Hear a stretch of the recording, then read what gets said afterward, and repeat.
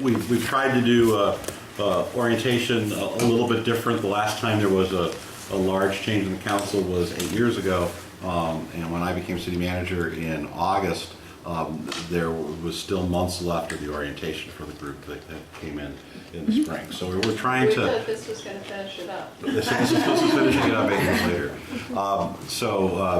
You know, many of the new members of the council have been reaching out to staff, and that's been great, and, you know, on your own pace and whatnot, and we'll catch up. I'll catch up with each of you individually after the 8th to kind of do an inventory of who you've talked to, who you haven't talked to, and we'll fill in the gaps till then, after then.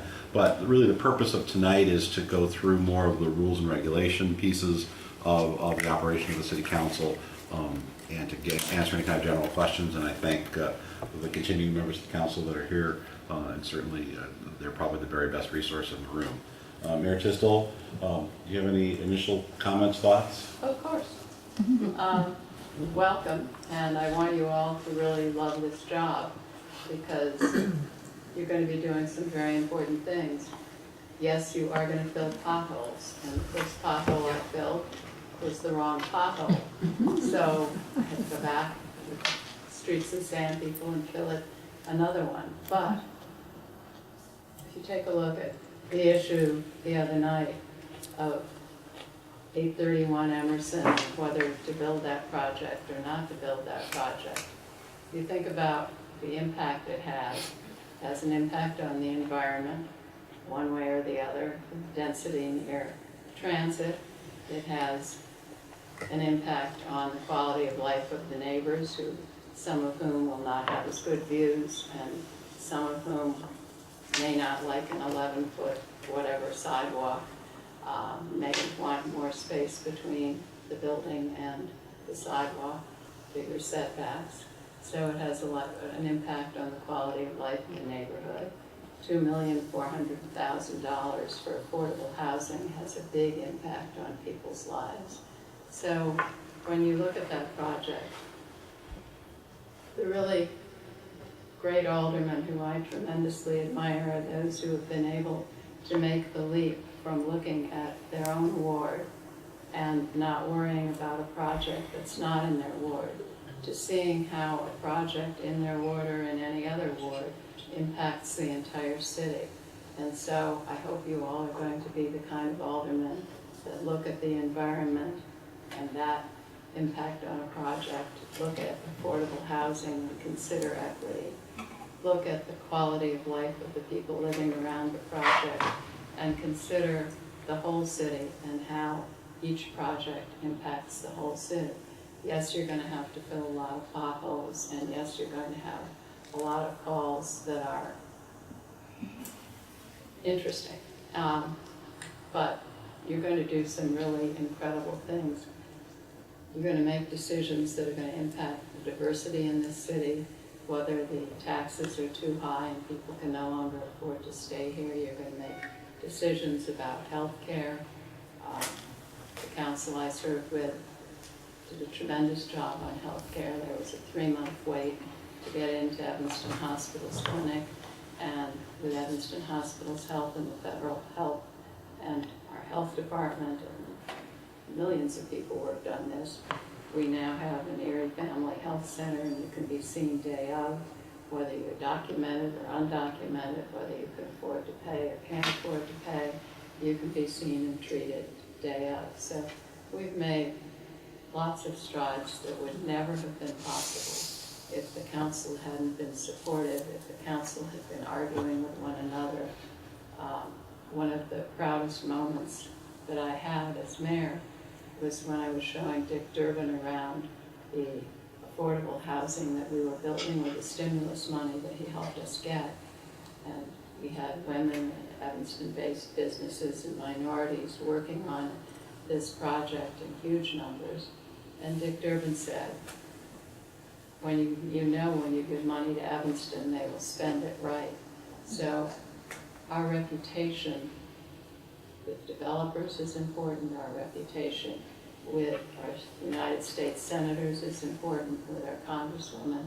But when he said, when you give money to Evanston, they'll spend it right, that to me was a sign if the federal government had any more money, which of course they don't, but if they did, that we would be good candidates for getting it. So I think that things like that make you good stewards of this city, and I think you three have the potential to be phenomenal, but try to go, you're going to consider your ward first in the early issues, but try to remember that the whole city is counting on you too, and each decision that you make impacts a diverse city in different ways. So that's it. That really helped them with the rules. Yeah. All right, so we just go through what we're going to talk about tonight. First, Michelle Mason-Cup is going to walk through some of the FOIA Code of Ethics, Open Meetings Act requirements. Then we'll talk a little bit about the board and commission structure. We'll talk a little bit about the council's rule. Actually, we're going to walk through the council's rule. Sue Ponarelli is here, our 311 manager, to talk a little bit about how 311 works and how it can be of service to you, and then answer really any other questions that you have.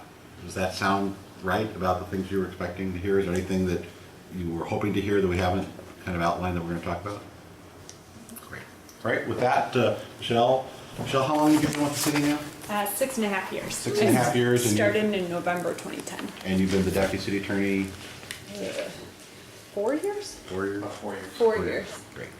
So Michelle is the number two in the office, handles, so a real estate attorney, handles contract issues. You do not litigate, but you do. Sometimes I litigate. Yeah, sometimes I do litigate. Primarily, I staff the Board of Ethics. I'm the staff attorney for the Planning and Development Committee, and I handle some litigation, but primarily a transactional attorney. You're right. Great. So Michelle's going to walk through all that. So yeah, these are all very important issues. I will try to keep it as interesting as possible, but it is a little dull. But these are all very important issues for city government. And since you all are new to the city council, we wanted to give you this opportunity and an overview of each of these two statutes and then the city code. So it's all really about transparency for these statutes and the city code provisions. We want to make sure that the city government has all of its public records posted on the web, that we notify people of what issues we're going to discuss. So that's what all of these statutes really encompass. And the first step is the Open Meetings Act. So that there are 3 prongs to what constitutes a meeting. So when you start and think, I wonder if we have a meeting right now. First part is, do you have a majority of a quorum of the city council? Excuse me, I'm going to water polo. First you have to think, do we have a majority of this, a quorum of the city council? So the city council is 9 members, a quorum is 5, so majority of the quorum is 3 members. So if you have 3 or more members of the city council, you may have a meeting. Second part is, are you discussing public business?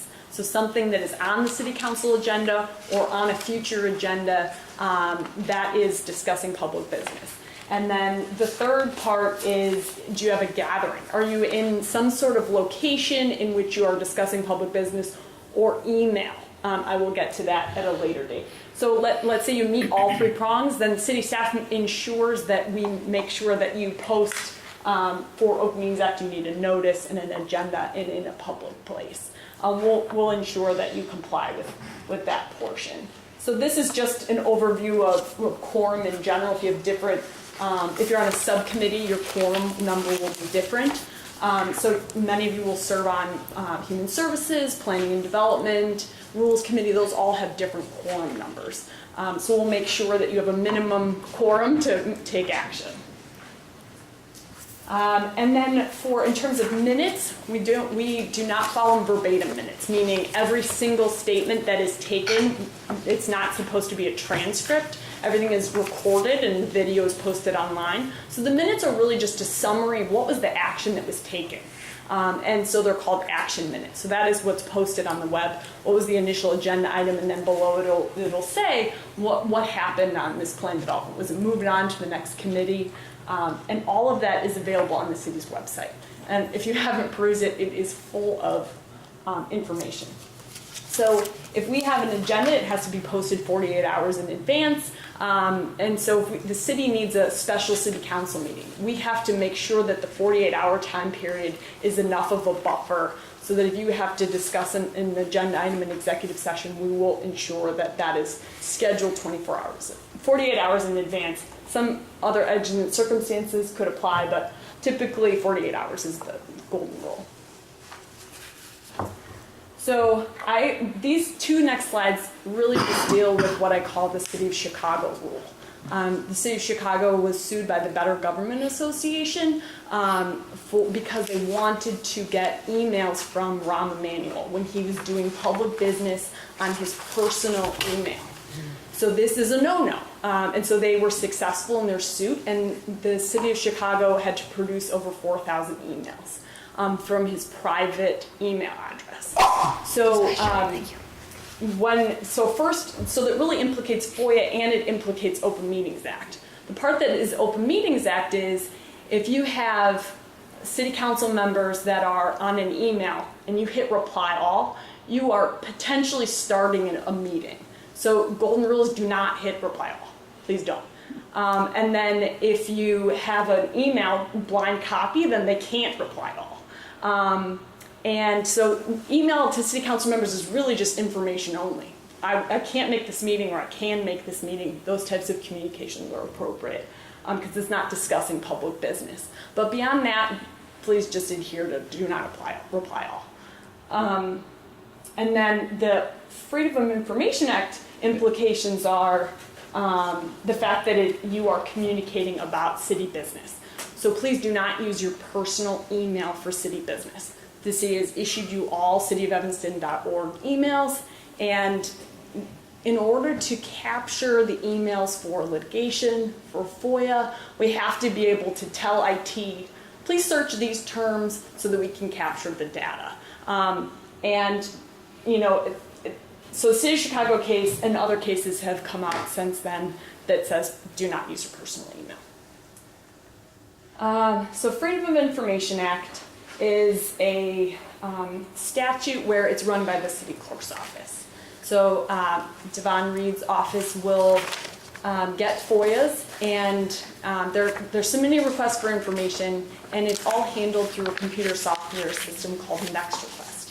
Functions similar to 311 if you're familiar with Sioux County Early and Public Stuff. And basically they submit the request on the system, and then the clerk's office will delegate who they think is appropriate to respond to that request, and then the responses are uploaded, and then they're all searchable online, and then the documents, everything is posted to the web. There's some confidentiality issues like that. We will redact the documents prior to uploading them, but that is the system with which FOIA is handled in the city. FOIAs can be submitted in person, they can be emailed, they can be faxed, but it all goes into one portal, which is NextRequest. So what's a public record? Under FOIA, it is broad. It includes so many documents that you may not even realize are considered public records.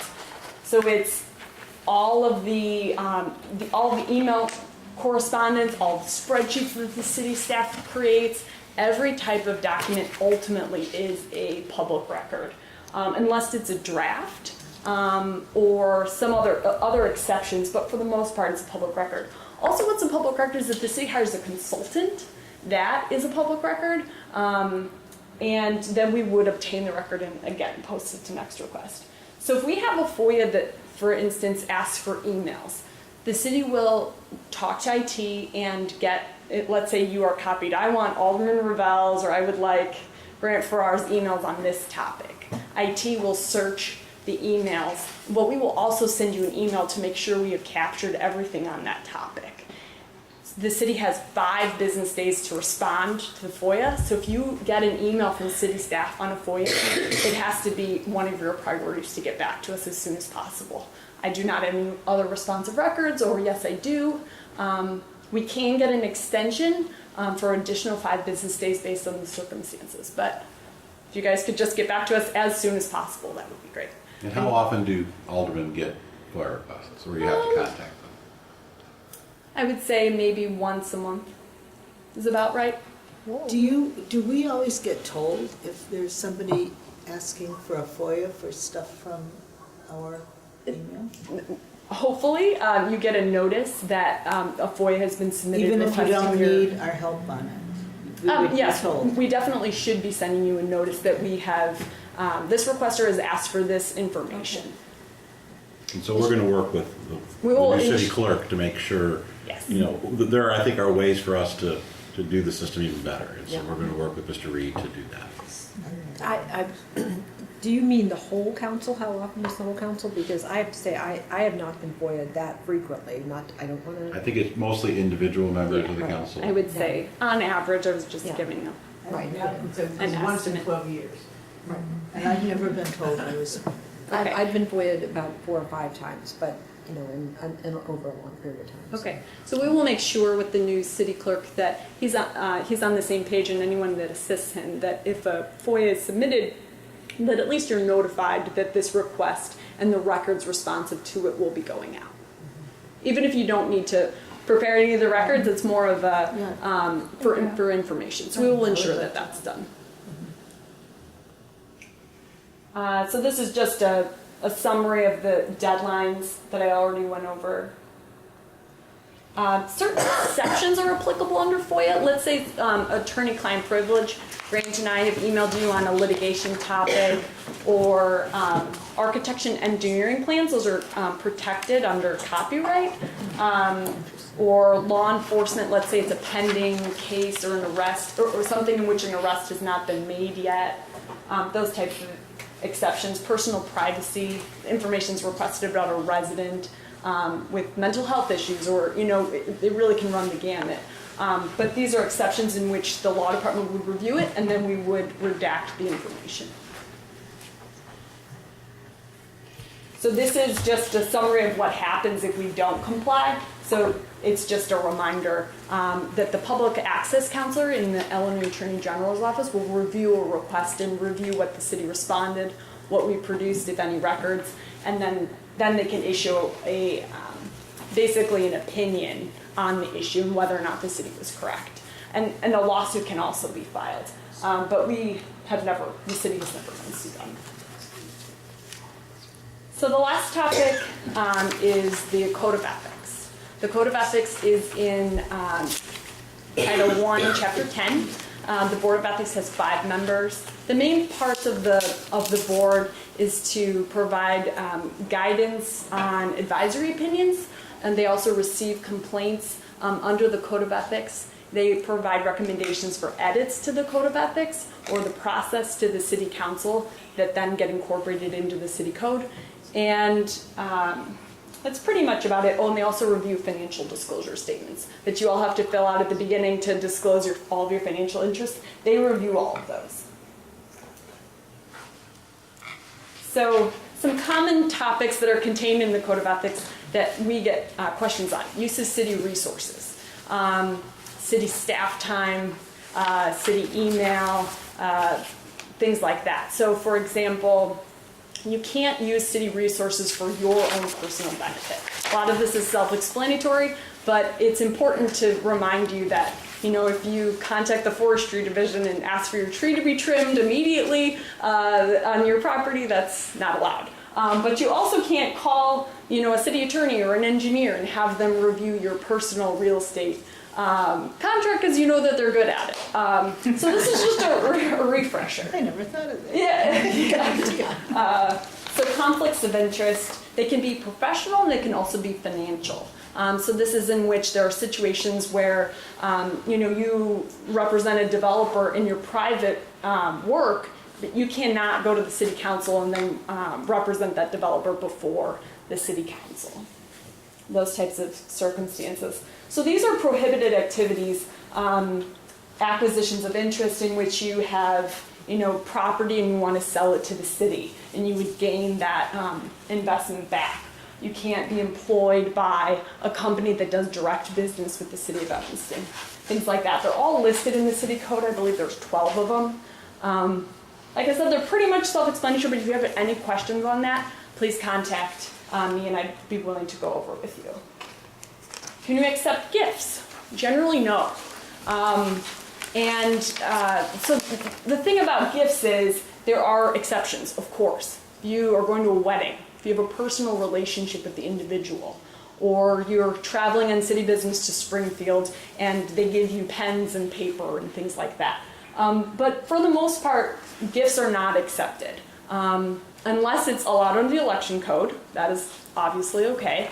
So prohibited sources are people that are seeking to do business with the city. They're asking for a grant from the city or some sort of easement. Those are all considered prohibited sources. And if they're registered as a lobbyist with the state, that is also a no-no. So those are all prohibited sources. And I think I went through that really quickly.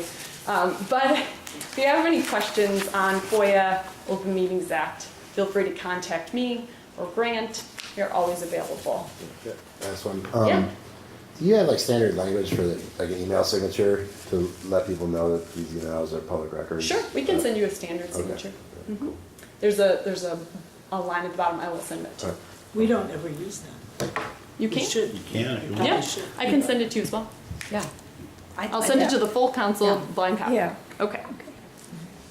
The signature. Anything else? Any other questions? I have a question. So if we do an accident reply all and to a city email, is it best just to be productive and like let you know, or tell the other person, or send something out saying, sorry, replied all, please don't respond, so that a chain doesn't start? It's not press reply all instead of reply on accident, and I'm given Well, you will. an opinion or something. After the 8th of May, you'll all be part of a city council email Right. distribution. So it's citycouncil@cityofevanston.org.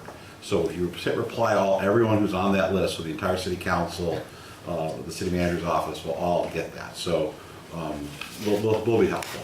Well, I mean, she said like don't reply all, so I'm just saying like, if I did it on accident, what's the So best we way to? ask you not to do it again. I mean, it's- Don't send out another message saying, Sorry. sorry. Okay. That's what I was trying to That's say. like like- continuing it. Got it. So, right. Okay. You'll hear from the city manager's office and they'll say, you must have forgotten or accidentally hit it, please stop. So then, yeah. what about meals? Yes, meals. Sure. So let's say you're going to a conference or something downtown Evanston. There is a $75 provision in the Code of Ethics for food and refreshments if they're served on site, or if it's a catered event. All of that is allowed because you're there for public business. You're there for your official job. And that's per day. That's right. What about Northwestern University has the council to a football game, and they provide tickets? What happens? Sure. So there's a yearly a rate of $100 from a prohibited source. Northwestern often requests certain actions from the city council, easements, various things, approval of visitor center, zoning, etc. So the Code of Ethics sets the limit at $100. So what happens if it's worth 125? My recommendation is that this is a little bit tricky, but you could donate $25 to the city, and then you would pay the full amount. You could pay the full amount, or how does that work? Yeah, you would make the donation, right, Grant? Yes, you could, but generally, as a prudent measure, we would recommend that you politely decline. Right. So, but we're all there. So We never Right. invited to anything that costs $125 at Northwestern. Well, when we go to the football game. When they, Well, I don't- want us to be I don't there know. for community night at the football game. Yeah, that's what I'm talking But about. are those tickets more than $100? The food is definitely not worth that. I was gonna say, I don't think that it's worth $120, that's what I'm saying. and I think the point is that we just want, we want you to be aware of what those costs are. And if But they there's are, no price on it. How do we know how much On it the costs? ticket, there's a price on the ticket. the price of the ticket. But the ticket doesn't say under $25. I'm not I don't know what the I'm not saying a value specific is. football ticket does, but I just, to illustrate the point. And That's they always invite us to like the lowest attendance game, all. Right. so. No, they do. I mean, they do. Yeah, I mean, fair we're enough. not going to a Michigan game. They try to fill up the seats with us. Like, That's fine. But I'm not worried to about Grant's point, to be prudent is to please say thank you, but no thank you. If we know it's $125, so we'll look at the ticket Over sales. the $100, and that's within a calendar year. But they only invite us Wow. once. So, I guess in line with the food option, so I imagine you all are invited to everybody's fundraiser, gala. Not for blah, free, blah, blah. don't Right. kid yourself. So, but that was my question, so if you're invited to the YOU thing and it's Not for- $100 and you have $75, do you, I don't go, but if you went, could you say, well, I'm gonna pay the extra 25 and I'm gonna use my $75 meal You don't allowance get for a free that? ticket. I know, I'm saying to buy the ticket. No, you can pay, you pay it. You have to pay it out of your pocket. You're not given free tickets to No, YOU. I understand that, but I'm saying if you get a $75 meal allowance and I'm buying a ticket for a fundraising dinner, that's $100. Can I use my $75 and then pay $25? Where are you getting the $75 We meal don't, allowance? we don't get, This, so she just, didn't she just? No, but she's saying- You're missing the point. yeah. Oh, no, you're Explain It's a allowed, misunderstanding, you're allowed yeah. to go to an event. That's right. And With a like, for free instance, ticket. Northwestern occasionally has had receptions, and they probably will for the new council. So we can go to the event where they have their administrators and they introduce, and it's a, a chance to Right. mix and mingle, and it's frequently catered. So we can consume the food as long as it's below a Oh, I see. $75 How would I know if value. I'm consuming $75 of food? No, well, if they're serving. How would I know that? No, but if But they're those serving Russian caviar and Well, I would have to eat that, champagne. though. In your dreams. Right. There aren't tickets to those things. No. Those are that- the- but Well, the I was point is- confused when she said $75. I thought like I was paying, I thought that was, is a $75 for, say, we're having a public meeting and we want to have, No, the So city, what- the city can buy all the food we want. so So could they're- you explain the $75? Suppose There's no $75. Okay. you're invited, I took a note, there's a $75 This per is day. really very simple. Explain it, Eleanor. well, Okay, just so explain it again. let's say you're invited to a luncheon for nonprofit X Okay. by a board member, and everybody else and it's a fundraising luncheon, and so normal people are paying $100 to go to the luncheon, but you are invited to go because you're an important person and without paying. And so I guess there we would say, well, you should Not go, or else you pay your way. pay the $25 or pay the whole Okay, thing. I just will pay to go everywhere. No, I, No, what you do is you decide, Or not go. Good advice. Right. decide which organization you're going to support, that you're going to pay out of your pocket. And because none of them, very few of them are under $100. Very, very few. right, so that was And his you can't go $75 part. everywhere. You, at least No, for I sure. couldn't afford to go everywhere. So I just decided where I would go. And the rest of them, they would call in and say, well, we're happy to have you as our guest. My answer is always no, thank you. And I they, just don't they go. do it to you maybe, but I have maybe once a year somebody offers to pay my way. Otherwise, nobody offers to pay my way. Not for the galas, but for a luncheon I've been at. Well, the city pays for the, No, like but the I'm thinking of mayor's so- thing. So we're not trying to belabor, I'm sorry, I just don't want to be Yeah. out of the ethics with the Michelle is a resource. but I Yeah. do think, that I think that's it's a point that, to make sure that you understand. My view is nobody buys me lunch ever. Except Nobody just- buys me a cup of coffee, nobody buys me a Starbucks, ever, and I drink Starbucks, ever, and that's the bright line, and so I don't care, how well I know them or how much they'd like to, I just say, we just split the check. That's it. And then I think as a rule of thumb, I think if Northwestern were hosting us all at, I don't know, Nim's house. no. Like Name a fancy restaurant these Oh. days downtown in Chicago. I Right, can't even think. Oh, Lydia.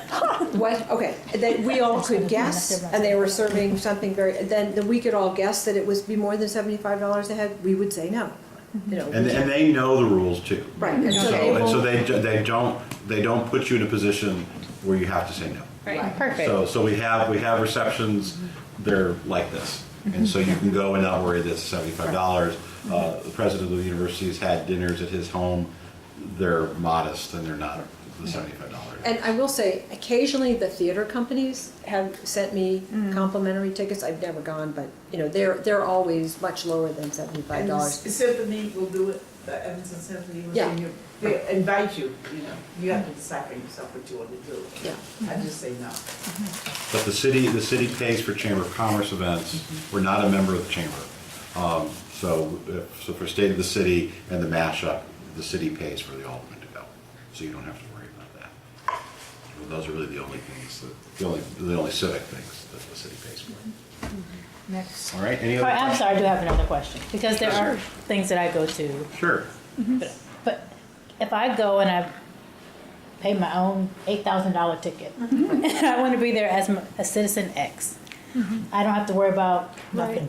Some citizen saying, you're here as Alderman such and such, and this is an $8,000 ticket, right? As long as I can just show that I have my own, Yeah, you I pay pay for for it myself, yourself. okay. Yeah, right, All right, I didn't want to be, I couldn't go anywhere because it was gonna be, I was out of that. Oh, no. No. Okay. All right, any other questions? Thank you, Michelle. Yep. Next, Kimberly Richardson, So you the should, assistant to the city manager. Right, all that, just, Kimberly, you're gonna walk through, exactly. boards and commissions stuff. I am, and my slide, what you had in front of you is going to be a little bit abbreviated because we're going to go through the complete rules of the council, so I don't want to repeat. Well, go, do your thing and then You sure? I'll pick up the pieces. Okay, And then we'll- I will go to the next slide. Which one are we looking at now? Are we looking at rules Okay. and organization?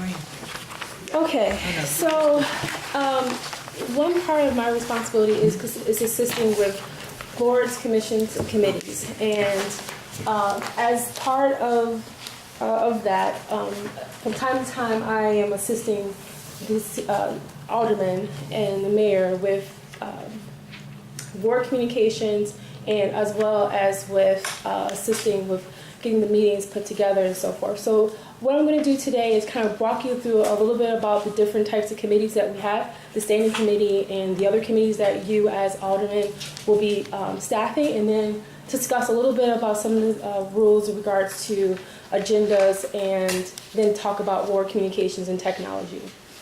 So, as you know, the City Council meets on the second and fourth Monday of the month following the adjournment of the Planning and Development Committee meeting.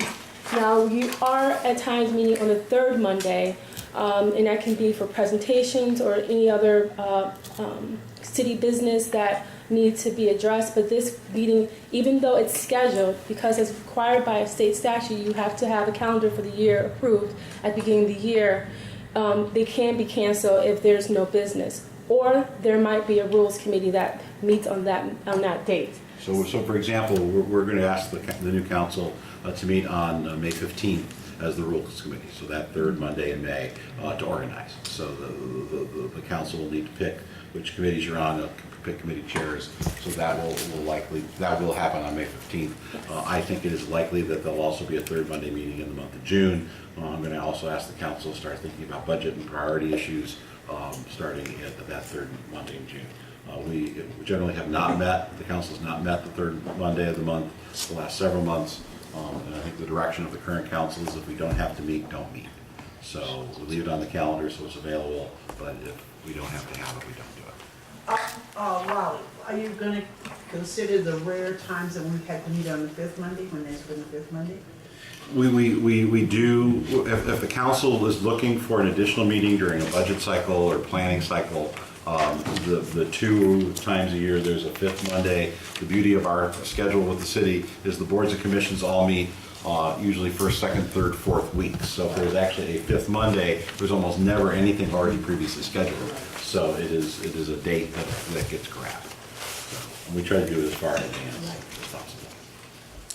And so, just for your understanding, the administration and public works meet on the second and fourth of the month of Monday at 6 p.m.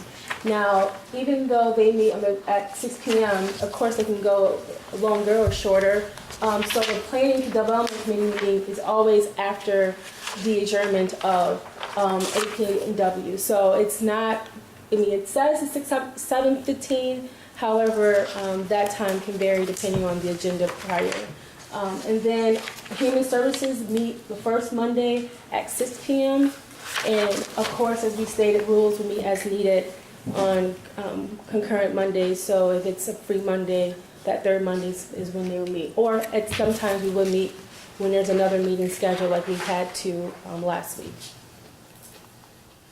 Just so you know, so standing committees, there are 4 standing committees that are staffed by aldermen. And so this will be Rules, Administration and Public Works, Human Services, and Planning and Development. And as you see next to those numbers, so there are 9 aldermen who will be on that. So pretty much all aldermen and the mayor serve the Rules Committee, all aldermen and the mayor. And then 5 will be serving on the Administration and Public Works. Human Services will be 6, and then Planning and Development is 7. And that number is set by the city council. So if the 80th city council chooses to do something different, they can't. So it's not in the municipal code, it is set in the council's rules. Alderman Rainey, I think the number changed 4 years ago. I'm sorry, I wasn't there. For each city it changed. Yeah, so the council changed the numbers of members 4 years ago, and I think as well as 8 years ago. I'm planning and development. Planning and Development used to be 5, Administration and Public Works used to be 4. Because Human prior Services- to 8 years ago, the committees met concurrently. And so beginning 8 years ago, the committees met separately. So conceivably, the entire council could be on all the committees if the council so chose. Which is But prior to 8 years ago, AMPW and P&D met at the same time. So you picked one, You and picked then one. and if there was an issue that you were, if, for instance, if you were in Planning and Development and an issue came up at ANPW, that you went from across the hall and heard the issue, and if you were concerned about it. Being the longest serving alderman, I can tell you at one time, all 3 committees met at the same time. Really? Yes. Human Services, AMPW, and Planning and Development. They all met at the same time, and the council met like clockwork, beginning at 9 p.m. And we're not proposing to go back to that. No, I know, but I'm just saying, that was when we had 18 aldermen.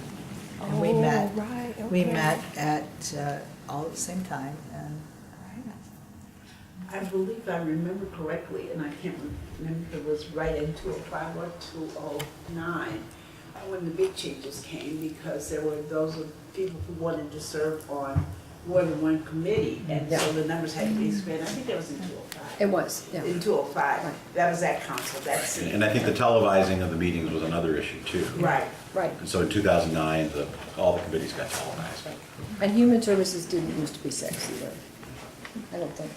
No, that just added, maybe in the last couple of years, somebody wanted to be on the city, on the human services. So part of the discussion on May 15th at the Rules Committee will be this subject. So I think there'll be a straw vote of the council seeing who's interested in what, and my sense is the council will adjust these numbers based on automatic interest. And then you're stuck with those numbers over the next 4 years, once you decide, once the Rules Committee makes that decision. well, you can also change them up. Well, yeah, but I thought they were there for the 4 years. That's what we Yeah. Well, and just so that we can move, I can move this on. So these are the other committee that are staffed by aldermen or as liaisons. So as you can see, we have 911 emergency telephone system has 2, city chamber committees 2, the city school liaison committee has 2 with a rotating chair. Economic development has 7 with a rotating chair. And then you have the Lighthouse Landing Advisory Committee with 1. MWEBE Development Committee has 2, and Transportation and Parking has 4. One that wasn't in the rules that we would need to add is going to be Animal Welfare Board, which currently has 2 with a vacancy as of right now. So as you said, while these numbers are at the discretion of the council, if they want to continue to staff. And Kimberly, I thought with the Economic Development Committee, the council talked about reducing that number of council members. Yeah, it was discussed, but it didn't go through. Okay. It was just discussed, it wasn't Wasn't voted on. And that traditionally was 5, but then Right. more council members wanted Wanted to be on it, okay. So that could be that could be Right. brought back to the Okay. council for discussion. And Housing and Community Development Act Committee is usually the alderman for whom the CDBG grants apply. Right. Okay, Yeah. thank you. You guys have so much history and knowledge. It's great to have you here. And who is not serving on the Animal Welfare Board? Well, it's currently, Alderman Tindem. Tindem is vacant, so it was I'm held the by other one. Tindem. And you're the other one. And you are still on that, right? I'm still on that, yeah. Yeah. So, going on, just so that, I know we're going to speak on this a little bit more, but I just wanted to give a brief understanding of the consent agenda. All items are decided by one roll call vote without discussion or debate. But an item may be removed for discussion at the request of, the alderman or the mayor. Now, an item that's removed from consent will be still considered, but it will be considered separately. All right, but let me just, no item can be on the consent agenda if there is at least one no vote, so it's not a big deal. At the committee. At the Yeah, committee level. I mean, you just have to have one no vote, it's no big deal, so Correct. it's not anything special. And as many know, the ordinances are approved in a two-step process, introduction and action. However, an alderman may request a suspension of the rules to introduce and adopt an ordinance at the same meeting by a unanimous vote. One alderman can object, and it's, And it will have to go back to the two-step process. And as for appointments, the mayor has sole right and power with the advice and consent of the city council to appoint to make appointments to the boards, committees, and commissions of the council unless otherwise provided by ordinance or resolution. However, I do know there's some configuration how those names are brought to the mayor's attention for consideration, depending on, trying to make sure that we have diverse representation on our committees, and depending on the committee itself, it's been difficult to try to fill seats, as many of you know. So that's something that, even though it is at the discretion of the mayor, they do reach out for assistance in finding and Kimberly, she also, for those of you that are new, she will send us those recommendations at least a week before they go to the whole council. So if any of us have any objections, we can single those out and let her know, so we don't have a big fight on the council floor and not embarrass anybody. Sometimes she agrees and withdraws them, and sometimes she says, tough, I'm going to go with this person, And but feel free to hopefully the new mayor will do the same thing. Well, it is in the rules, so that notification is discussed in the rules of the council, so that will be brought up again as we approve that. And just again, we adhere to Robert's rules, and as long as there's no conflict with the rules of the city council document. But the city council rules are rule. Yeah. So if there's a conflict between the council's rules and Robert's rules, the council's rules take precedent.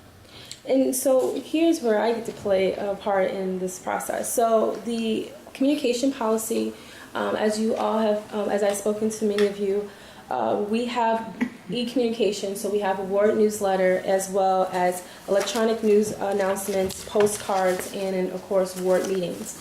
As discussed last year, the ward communications has kind of slightly changed, so a full-length ward e-newsletter. Her neighbor just died.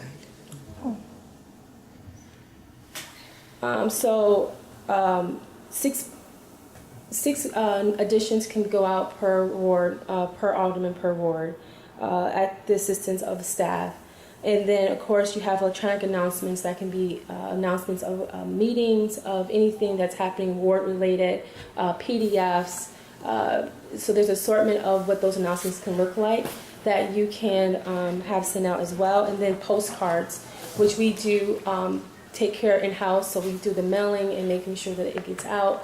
We just ask that you work with staff at least 3 weeks in advance, so we can make sure that the posting goes out, the mailing goes out in a timely fashion. And typically what we've seen is that if there's around a ward meeting that either you're trying to get more individuals to attend, or if you just have a town hall meeting and you just, again, want to get the word out in a document form, the postcards have been useful. You don't have to use them, but if you choose to, you have 2 a year. And then finally, technology allowance. This technology allowance effective, this council, the ADIP council will go to $75 a month for the allowance. If your needs are beyond the 75, that will be responsibility of the council member. But you will receive on the second check of the month an allowance of $75 for technology. And that will conclude this part of the presentation, and I will hand it over, if there's no questions, to Wally to discuss a full discussion of the rules. So one other type of committee assignment, or I'm not quite sure what the word is the council liaisons to different boards and commissions. Mm-hmm. And I never quite understood how that all worked and what, I mean, Sure, so because that's in addition to those committees. So the committees that I am aware of that have council presence are listed here. As to liaisons to committee, I don't believe from what I've reviewed that it doesn't go outside of this Well, I list. think what the council did a few years ago was to ask that each member of the council be a liaison to all the other 40-odd committees. Right. So the council divvied it up, to do that, and the role has been Vague. Vague. Yeah. Right. And I think it started when Alderman Tendem asked the council to be a representative on the housing and homelessness when the homelessness piece was added to that committee. I think it's something for the new council to talk about. Okay. The feedback we've gotten from the boards and commissions is that they feel disconnected from the council, and so based on that feedback is where this liaison role came, and it just hasn't really. Right. And there may be some boards and commissions that kind of need it more than others. I'm sorry, Yeah. my neighbor just passed, so I just got home. Yeah, I'm sorry. Well, I'll definitely make sure we add that Okay, discussion thanks. to the council meeting. I'm sorry to interrupt you. Can you describe what, for everyone's edification, including mine now, what the technology allowance covers? Okay. Whatever you want. It's, Whatever, no, but, so, I know, I don't, okay, that's fine. So starting with the 80th council, no Have your alderman will nails done have with it if paid you want. internet. So over the buy a ticket. last 15 years, Right. aldermen have had things like fax machines, they've had things like internet access at home, they have had cell phones. All of that is going away with the 80th council. Okay. So all the folks, you'll get a device of your choice, either an iPad or a laptop, and $75 a month, and that is what the city will provide. Excellent. All right, and this might be a question for Luke, I think, the IT guy, but just so I know, does the laptop or the device, whatever you get, come with internet access? It does not. Okay. So this building has Wi-Fi throughout. Right. So when you're here, you can connect that way, but it does not. So that was discussed by the council because we did have some members of the council who either had an iPad or a laptop that had a chip, a cell internet connection. And the council felt if that was something somebody wanted, that they could do that separately with the $75. I think that's very helpful, to be very, very clear, because, I mean, just for everyone's, we all started with, at different times and had different things happen, so, over time, so. Right. So everybody, I think- we're going to even now. Everyone gets I like $75. that. Yeah. Okay. any other questions? All right, well, then I will pass over to Wally to discuss the full discussion of the rules and organization. And I just want to briefly walk through the rules document. We've covered most everything, but just to make sure, I wanted to just kind of walk through that. There's a glossary of terms. Mayor Tisdall chose to have a mayor pro tem designation for the 4 years, so she took the 9 aldermen and assigned each of them a period of time where they were mayor pro tem. So if she were out of office or needed to perform, or was not available to perform a duty of the office of mayor, that the mayor pro tem then became the acting mayor. So I don't know what the mayor-elect's plans are. My guess is he'll probably do the same thing. We talked about quorum, temporary chair of the council. Past practice also, if a member if the chair of a committee is not present, then the previous chair serves as chair.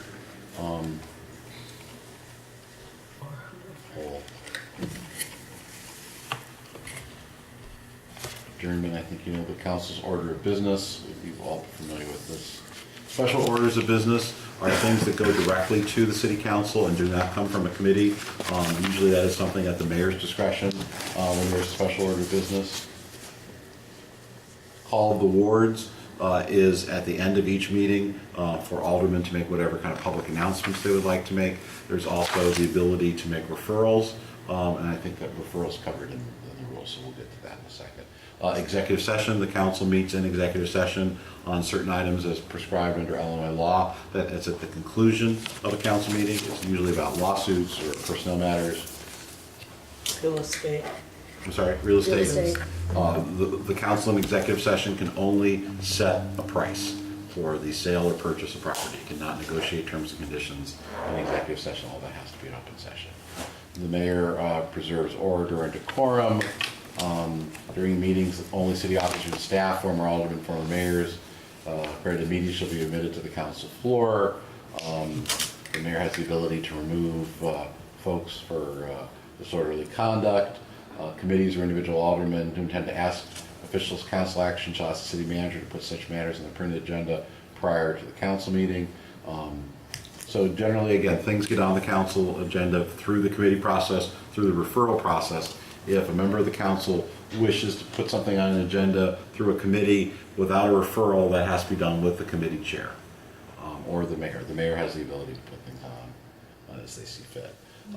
Rules can be amended at the city council, so while the rules committee deals with the rules, any amendments are approved by the city council. Any rule may be temporarily suspended by a 2/3 vote of the alderman.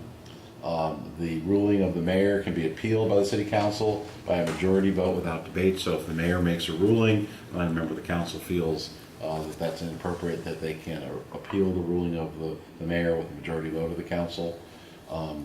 We've already talked about mayoral appointment powers.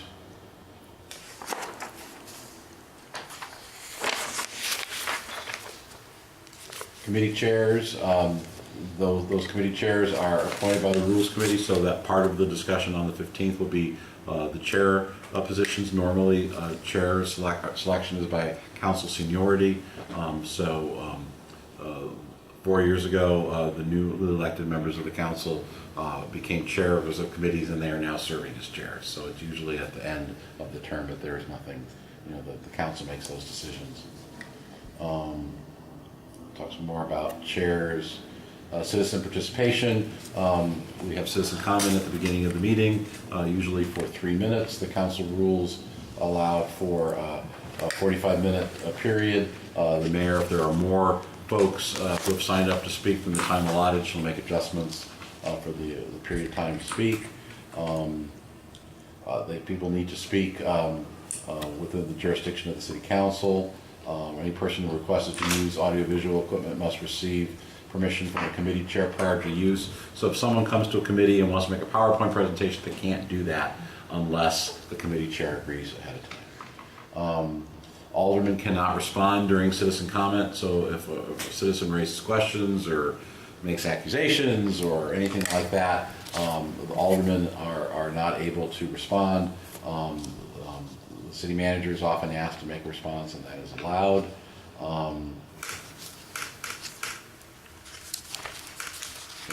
Written comments.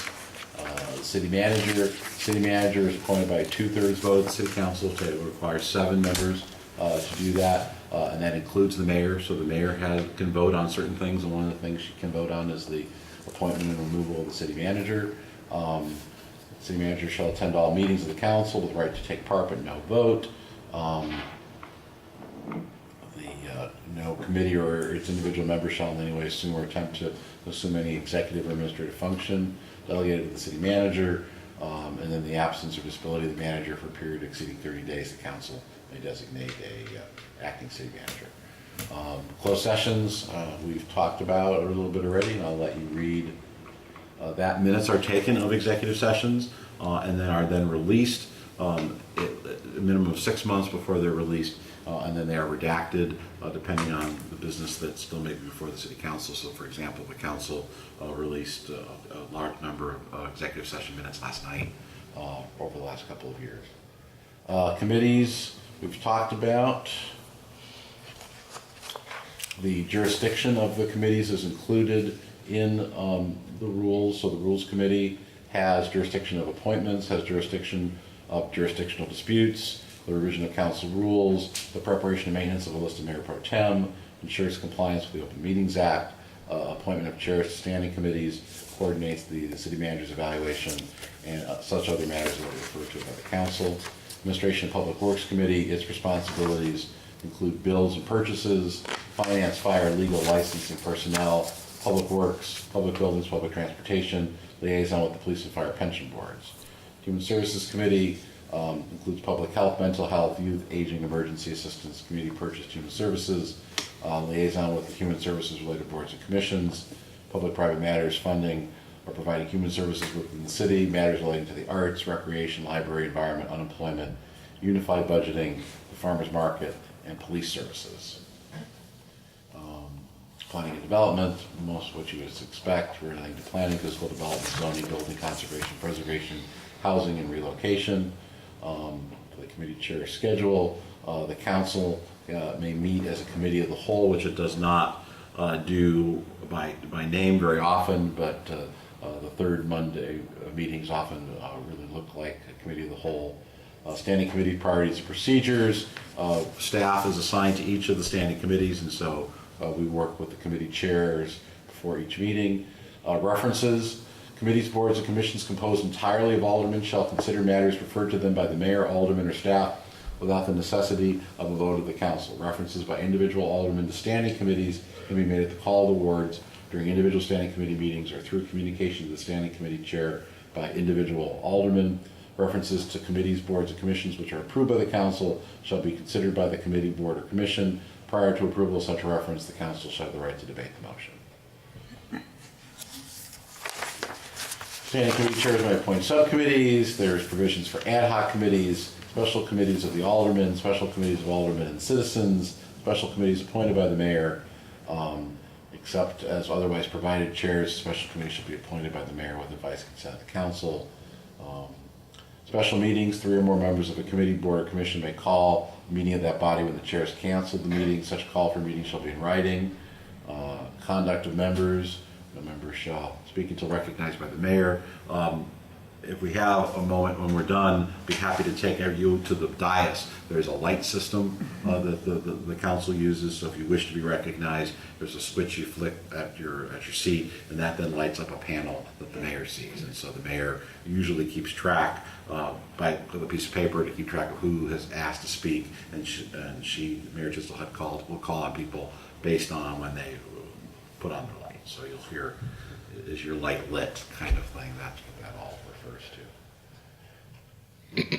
Other disorderly conduct. Aldermen may stand when speaking. That doesn't happen as often, but it's still there. And We used to be required to stand. I stuck with that as long as I could. Nobody else would do that. I think it's so, I just felt it was so important that we stand, and nobody would do it. Are those microphones? I don't know when it stopped. We did it for a very long time. Every time All we through spoke. Lorraine, Yeah. we stood. And then we stopped standing, and I just thought it was so disrespectful to sit. If you wanted to speak, you stood. That's the it. microphones will be. I mean, like you pull it out of its stand? Or No, if you just put it up, they're You pretty don't good have to, microphones. it's very, It's a very good well, microphone. maybe you're. Good to know. I don't know. We probably what my saved style would some be. time by not having us stand. Maybe. And there's a switch. But we don't do it anymore. Green light is on, black light is I off. accept And it's very important to be aware of that, you know. Yeah. We have a really good audio system. But the point is, I think you made a really good point.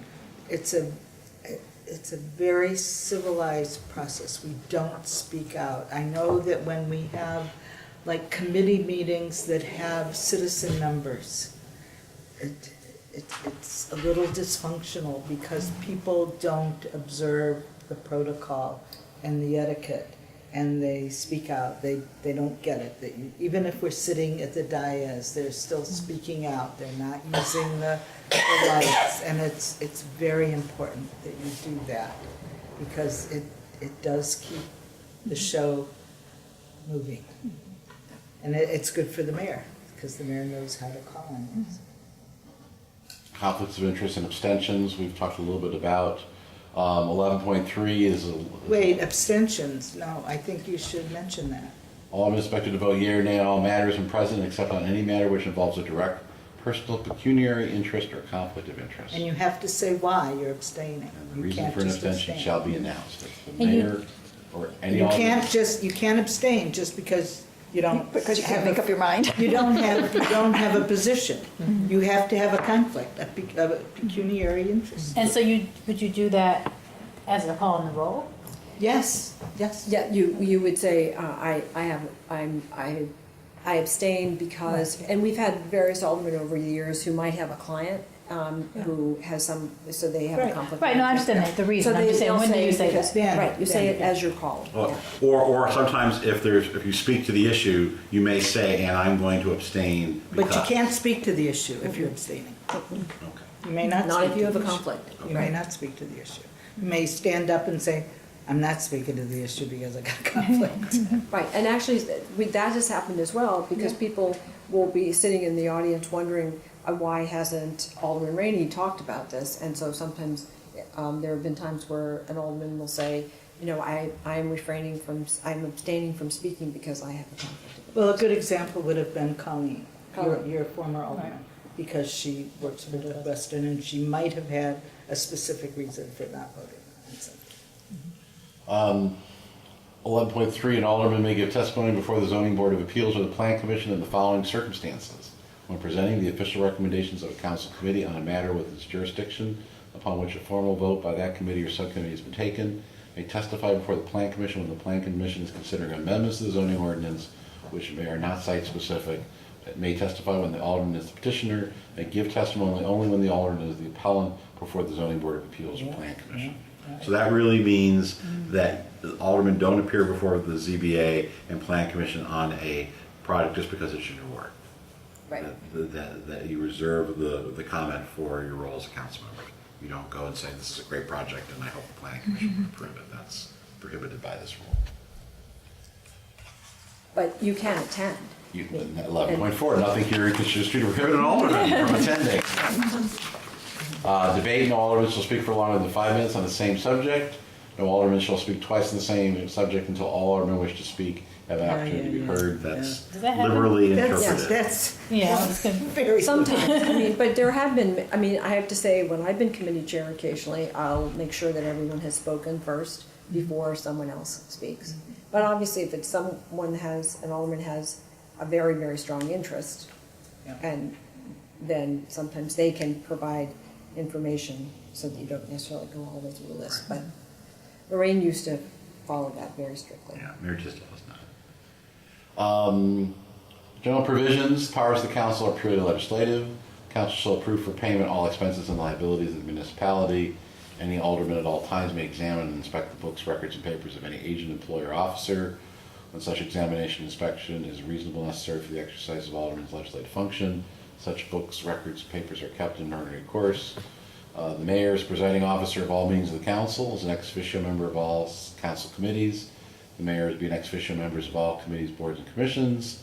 All ordinances and resolutions passed by the council shall be deposited with the city clerk. The mayor signs all those ordinances within 7 days. The mayor may disapprove of any one or more sums appropriated in any ordinance or resolution making an appropriation, and if so, the remainder shall be considered approved. However, the mayor may disapprove entirely of an ordinance and resolution making an appropriation. So primarily, her veto power is for appropriations only. The mayor votes in the following instances: when the vote of the alderman has resulted in a tie, when a vote greater than the majority of the corporate authorities is required by statute on the appointment of the city manager. The mayor shall not vote in the following incidents: to break a tie vote on an incidental motion for procedural issues, on any ordinance, resolution, or motion where there is no tie. The acting mayor or mayor pro tem shall be accorded the voting privilege of mayor. However, nothing in this section may deprive an acting mayor or mayor pro tem of voting privilege of aldermen. So if an alderman is acting mayor presiding, they still get their aldermanic vote.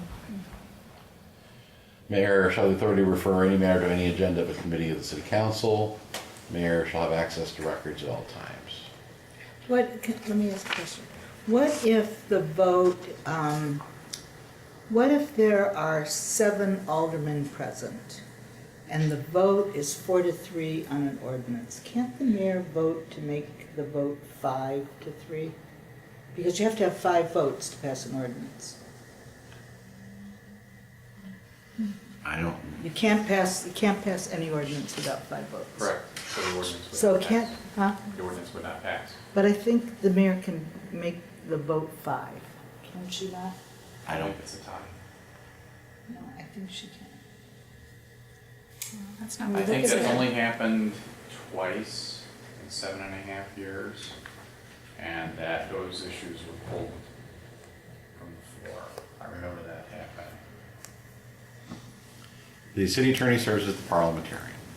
So if there's questions of procedure, they go to the city attorney. So do we have an answer to that?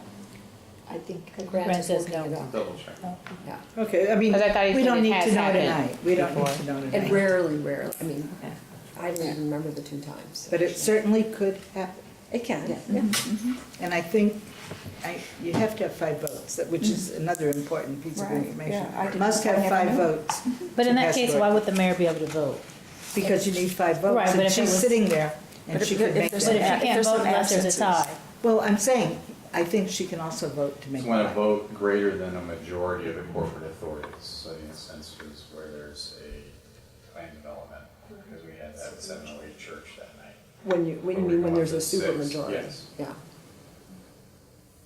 So in a normal instance, that, for instance, the suggestion that Ann is making, the mayor cannot vote, Correct. right? But where we have a planned unit development or something, Well, I know she can do it to make a greater majority. right? So if there's a supermajority required, and there are instances where if we have, that's probably 2. Occasionally there is a supermajority required. What would be an occasion? Well, at planned unit development, and also if Sale there of is, property, but like sale of an alley. We're getting to the Yeah. supermajority. You need 3/4. oh, we're getting to that. And also, if the community, if there's a request for a change of zoning designation, if 2/3 of the community that are considered to be legal objectors sign a petition before X date, I can't remember what the date Before is. the plan commission. Before the plan commission starts to hear it, then it requires a supermajority at the council. But to sell an alley, you need 3/4 of the council. I forgot about that. Okay. We don't sell very many houses. No, but we should. Mayor Pro Tem, we've talked about acting mayor, we've talked about if there's a vacancy in media. So we're covered, of course, by us to now, the Roundtable, the Daily Northwestern, and the Tribune now has been sending a reporter, so they all sit at the table in front. Council meeting shall be open. Quorum of the city council shall be 6 members, including the mayor, acting mayor, mayor pro tem. I'll let you read all of this at your leisure. I have a question. Back to the media. Mhm. Do we have any guidelines or etiquette on dealing with media if they call for quotes? Entirely up to you. Okay. You don't talk about what happened in executive session, ever. But that's all you talk about. That's not funny. You don't. Okay. You don't tell your friends. You don't talk about it. Just don't talk about it. Okay. Meetings of the council, again, back to quorum, special meetings may be held with proper public notice, emergency meetings.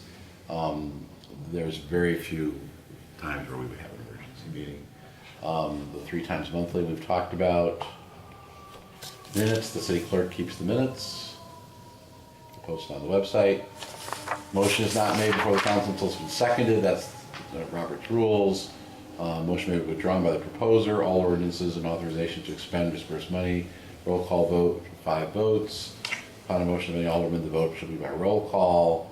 Mayor shall announce the result. The council vote on every roll call. Prior to such announcement, aldermen may change their vote. Motion to table any matter is not debatable if adopted by a majority vote of the council present. All further debate on the subject shall end. Motion to take a matter from the table may be proposed at the same meeting or any subsequent meeting. Amendment to modify an original motion shall be in order at any time, but no amendment to a motion shall be made which changes the intent of the original motion. A substitute of an original motion may be considered. Again, this is Robert's rules. A motion is made and seconded to call a question. A vote shall be taken without debate unless one of the following motions are interposed. This is Robert's Robert's rules. A duly seconded motion to further debate to a specific period of time, Robert's rules. Special order of business. Special order refers to council consideration, which will be considered a specific date. Request of 2 aldermen, any matter except special order of business may be held for consideration until the next regular meeting of the council. This is a big council rule. Yeah. You got 2 aldermen request anything to be held, it's held to the next meeting. So 831 Emerson last night was held because 2 members of the council requested it. A hold is a different than continuing an item to a date certain, which is again a Robert's rules, but a hold is a Evanston rule, Evanston City Council rule. But no matter may be held a second time. But no matter may be held a second time. So the 831 Emerson will be on for the 8th, and a hold would not be able to hold that a second time. What was how did that work? The attorney for the developer wanted it held, reached out to the city, and then... The attorney for the developer asked that it be continued to May 22nd. Okay. So that was not, but a hold was placed prior to that motion. okay. So just any 2 random aldermen. Well, we have no random. All right. I think it was Alderman Fisk and Alderman Fisk, who was the second hold last night. I don't remember. Didn't matter. So that was Oh. so that was. Motion to overrule is debatable. So a request to hold the matter over is contested by a motion to overrule the request duly made and seconded. The motion to overrule will be sustained if 2/3 of the aldermen present and vote in favor of the motion. Oh my gosh. Consent agenda we've talked about. Ordinances we've talked about. Quorum we've talked about. Reconsideration. This is Robert's rules. Any vote to approve or purchase contract, bond sale, zoning variance, or special use, whether by motion, resolution, or to confirm an appointment by the mayor, may be reconsidered at the same meeting in which said vote was taken. Affirmative vote of 2/3 of aldermen present is required to pass. A vote taken on any other motion, resolution, or ordinance may be reconsidered, but only at the next regular meeting held after the meeting at which said vote was taken. That gets used from time to time. Excuse me, can we go back to that a little bit? That first sentence, Michelle, you can move again to have something reconsidered. Who gets to make the motion to reconsider it? You have to vote Am I on the misunderstanding prevailing that? side. You have Right, to a vote motion on to the reconsider must be prevailing made by an alderman who voted on the prevailing Oh, side. yes, okay. All right, I didn't read fast enough. I'm sorry, I just. But that has to happen time. at the same meeting? Or is it at the first following meeting? No, Next regularly scheduled meeting. The next regular schedule, okay, then I did understand this rule, thank you. no vote of the council shall be reconsidered or sent at a special meeting. Every resolution, motion, every ordinance returned to the city council by mayor shall be reconsidered by the city council at the next regular meeting, following the regular meeting at which the council receives the mayor's written objection. So the mayor refuses to sign an ordinance that then goes back to the council, which I don't think. I don't think she's ever done that. She's never done it. We don't have pocket vetoes either. Robert's rules, votes, extraordinary votes, 3/4 for alleys and streets, passage of map amendments, passage of unique use within 30% of the property owners within 1,000 feet we talked about. It's a 1,000-foot radius, I've forgotten that too. 2/3 of, Which one is that one? Passage of unique use, oh, unique use, well, we only have one. We never had any unique use We yet. have one, I think we 2/3 rejected it as votes. a unique. no, it's the, the mayor serves as the liquor commissioner, and so there's a liquor board, but the mayor has independent authority as liquor commissioner. 2/3 votes, again, we'll let you review that at your leisure. 2/3 votes the corporate authority is 7 votes for the city manager and to amend the budget. Mayor can only vote on extraordinary votes to break a tie to appoint a city manager. Unanimous votes, compensation committee. So the compensation committee meets every 4 years.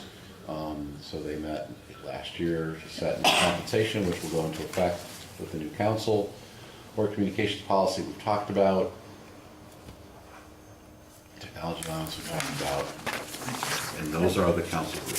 So those are can be amended by the Rules Committee with a recommendation to the City Council at any time. Any questions?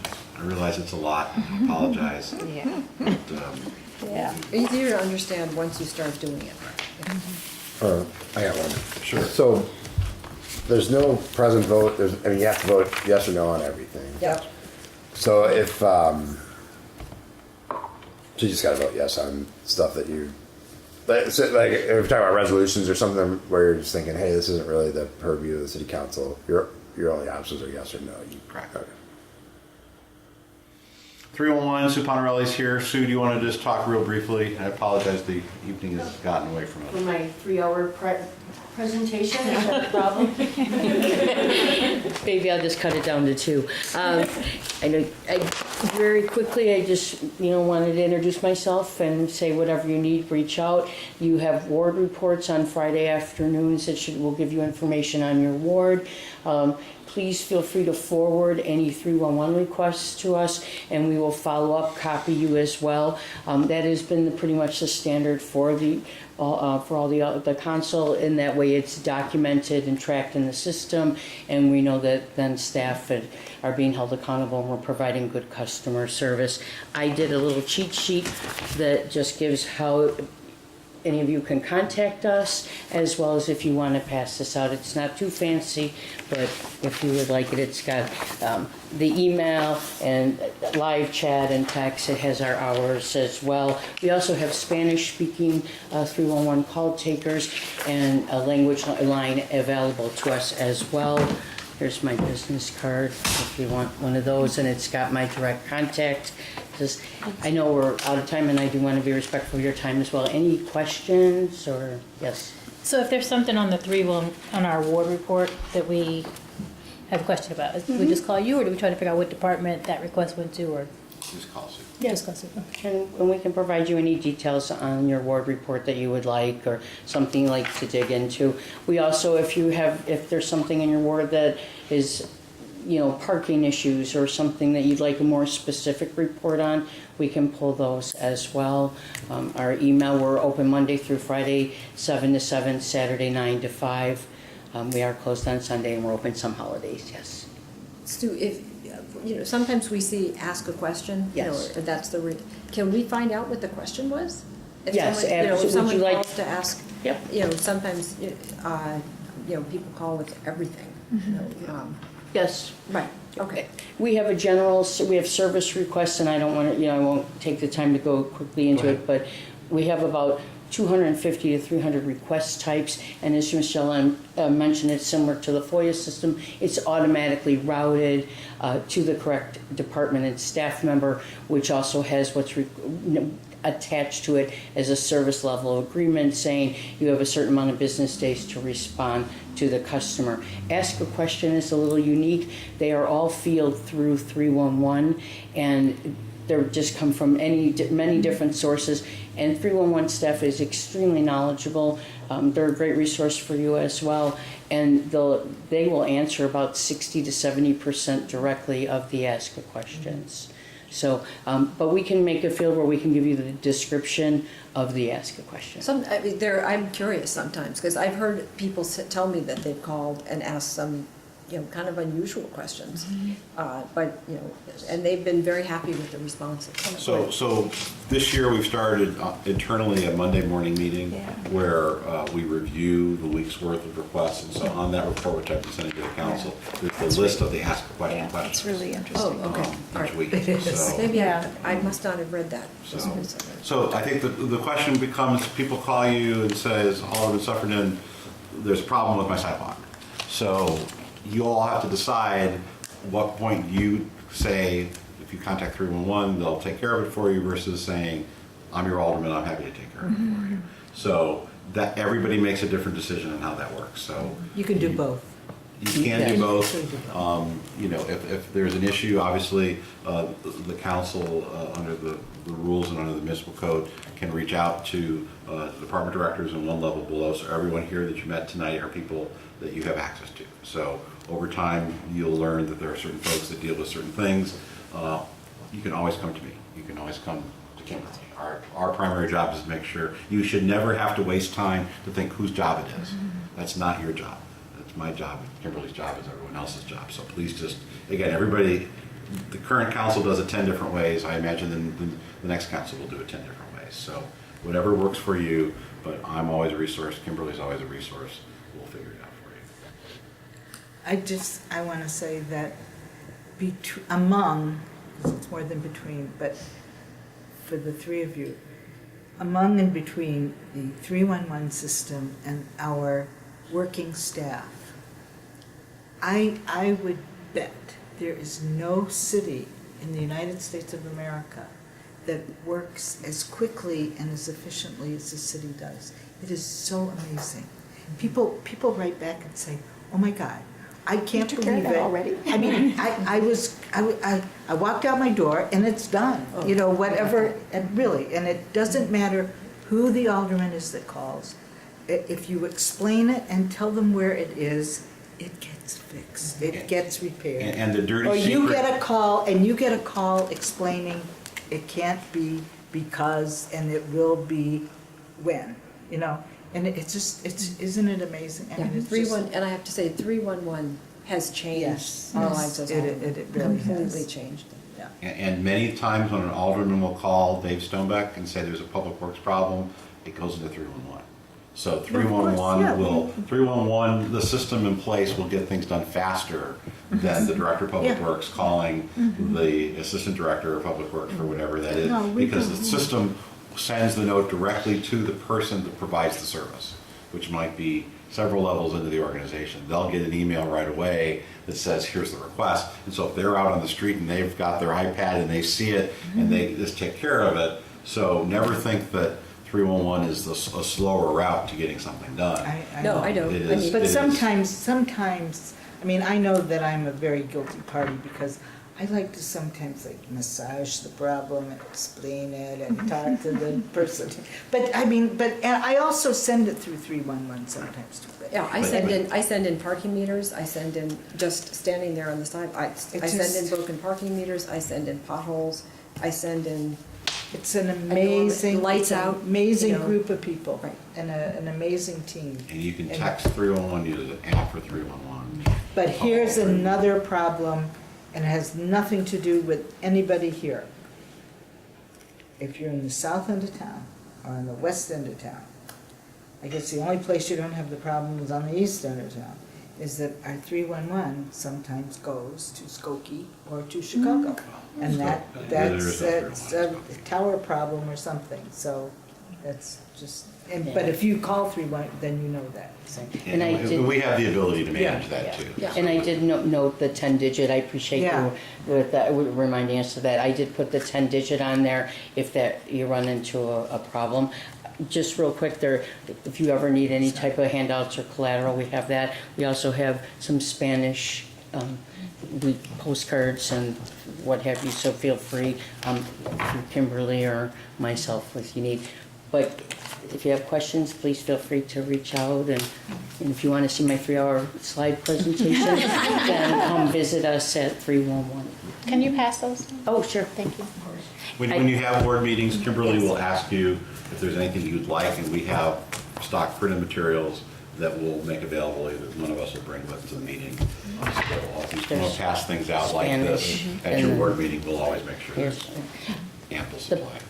and the more you emphasize the 311, the more people will use it. And I have people who've switched over entirely, and they take care of so many issues.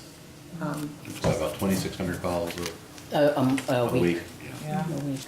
So- I know I have a message board and people go on and ask things and like 3 people will come on and say, dial 311, you know. What are you, stupid? Dial 311.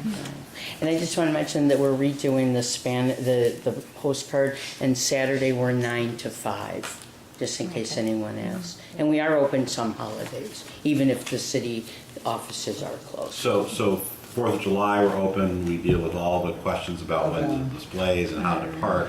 If there's bad weather, if there's a snow emergency, you know, all of the people calling, saying it's my street been plowed, all that goes through 311. If there's, we had horrible storms several years, right when actually when 311 first started, ComEd was using us. We had better information about power outages in Evanston than ComEd did. So whenever there's an emergency, we staff up 311 and we send people through social media and to contact them. So that's the program from tonight. Are there any other questions? Would you like to see the dais now? Would you like to do that another time? You just need The to do that. Webelos love the dais, don't they? I did, just want to make one quick reminder announcement. If you can please make sure you provide me with your headshot as well as your bio. Oh, great, as well as any of your additional documentation that was provided to you in the folder. As you know, May 8th is quickly approaching and we want to make sure we have all the new council composites ready to go. So if you can get that to me this week, I'll be very grateful. I think community engagement will be very happy to have that. In addition to make sure that you please contact Sandra and HR. You need to make sure you have your documentation completed so that we can ensure that you get onto our roles by the May 8th date. So HR and as well as any additional information, we will order your business cards as well as any additional information that you're looking from us. We'll make sure we get that to you. But if you can please get that material to me this week, that would be very helpful. Thank you. And as well, extend that to the aldermen who are currently serving. If you have additional information or new pictures that you would like to upload, please make sure you provide that as well. And then we also do a composite poster. Yeah, so you'll have a map. Well, we do the map, but then we also have a poster that we post in all city facilities. Yes. And you will receive a large-scale map of your ward as well. So you will receive not only the city map, but also your ward map, so that can help you with address numbers so you can see the different parcels in your ward. Okay. Thank you. Anything else? All right, thank you very much. Thank you.